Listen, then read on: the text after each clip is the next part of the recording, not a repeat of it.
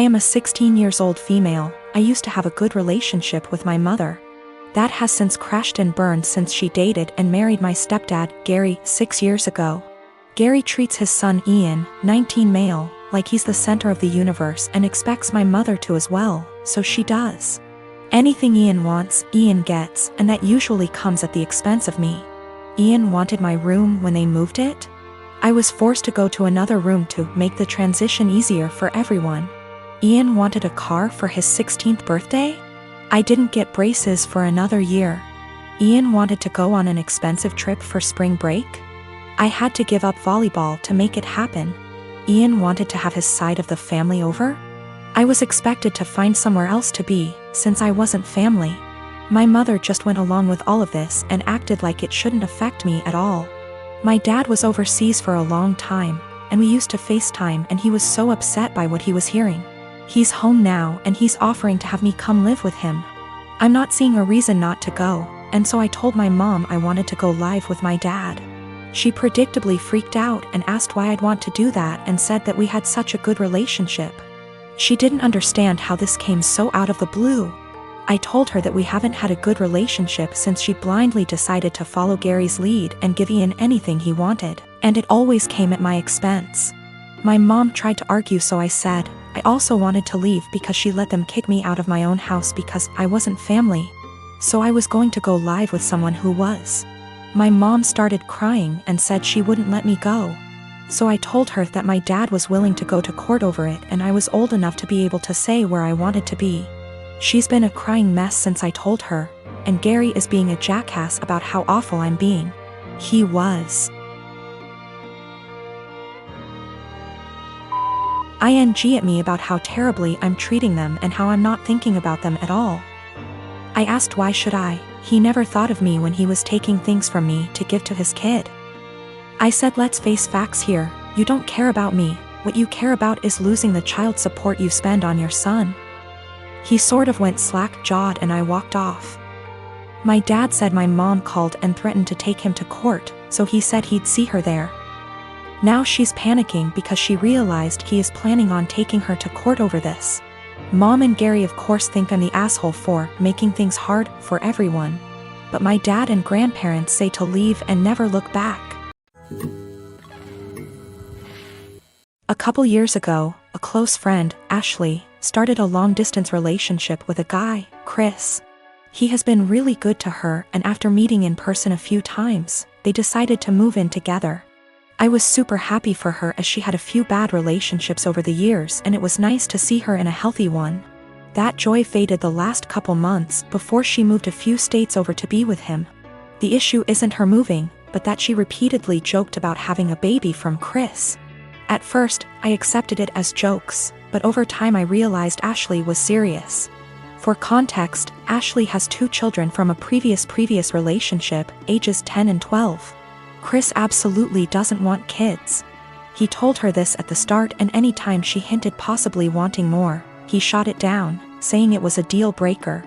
Now, Chris is more than willing to accept her children as her own, because he loves her, and after meeting her kids, them as well. He's accepted that they are a package deal with her, and since they are at an age where they are semi-independent, it's not an issue for him. To me, Chris is a real bro for taking on her kids without issue. Hearing Ashley say she wants a baby out of him, one way or another, bothered me to no end. It's hard enough to find a partner that treats you well and accepts children that aren't their own. To find one that does and then talk about plotting to force a baby seems gross and manipulative. Before her move, I had sat down with Ashley, trying to talk sense into her. At first she resisted, but finally it seemed she understood how shitty it would be. After I felt like she had understood, I put the issue behind me and helped support her through the hassle of moving. A few days after she left, I got a call from a mutual friend who delves into the Wiccan / metaphysical realm. She was distraught and confessed to me that shortly before Ashley's move, Ashley had come to her asking for a fertility spell. This friend didn't feel comfortable about it and refused. When pushed, she said she cast a spell for a healthy and honest relationship, but told Ashley it was for fertility. As you can imagine, I was livid. I messaged Ashley, confronting her about what I learned, and she laughed it off as she was desperate, but magic is fake anyway. So what's the harm? She then let it slip that since Chris was planning on getting a vasectomy in a few months, she had poked holes in their condoms as a last-ditch effort. At that point, I couldn't stay silent. I gathered up screenshots of all the conversations over the last few months and sent them to Chris. He understandably freaked out and kicked her out. Now, Ashley hates me because she was kicked out after a huge move and didn't have a job or money to make it back. She said I'm a terrible person for putting her and her kids out on the street. I am living with my family. It's me, a 15-year-old girl, my twin brothers who are 17, and my parents. My dad cusses a lot, and so do my older brothers. But apparently the standards are different for me. My dad overheard me saying a couple cuss words when I was on the phone with my friends, and he got mad at me for my language and for how trashy and unladylike it was. This wasn't the first time he called me, and only me, out for bad language. But it was the one that frustrated me the most because I could tell there was a double standard. I thought of calling him out on his language and hypocrisy, but then I had a different idea. I said that, yeah, it was a bad habit I was forming and didn't want to make a pattern, because if I got in the habit of cussing a lot, that wouldn't make me come off well when I start getting jobs or going to college. And as I was growing up, I wanted to learn how to speak respectfully and intelligently. But it was hard to keep from bad habits when I heard him and my brothers having potty mouth syndrome so often. They're setting an example whether they realize it or not. So I wanted to work on things for myself, but also together as a family.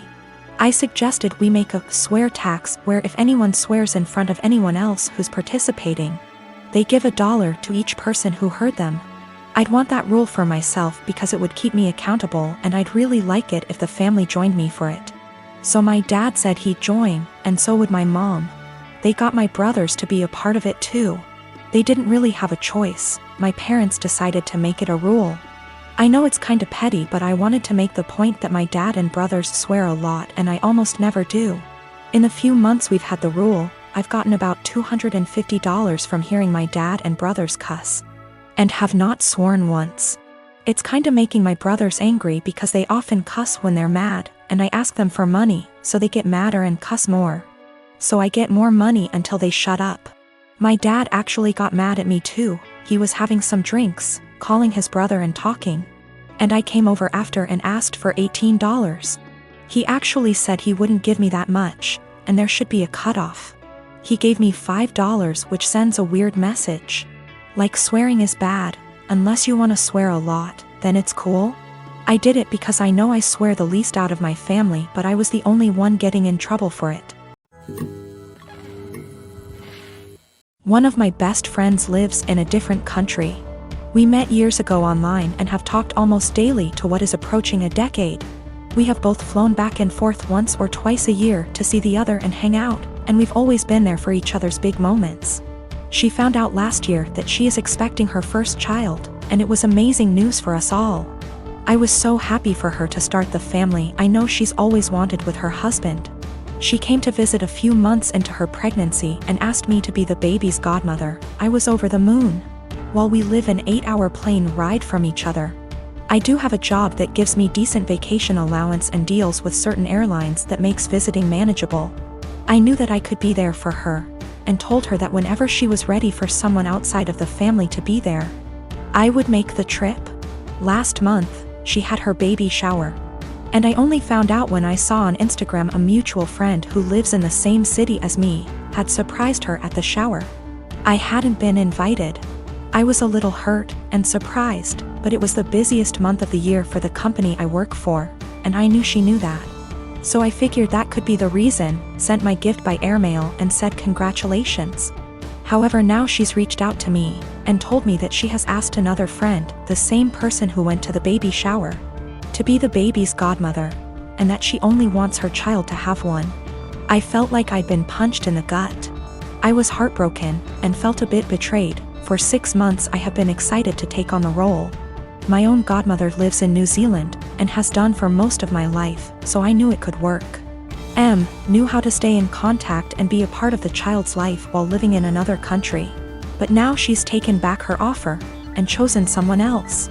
I wouldn't be so upset if she had chosen someone who lived closer, but she has replaced me with someone who lives in the same city as me, so it's not a distance thing.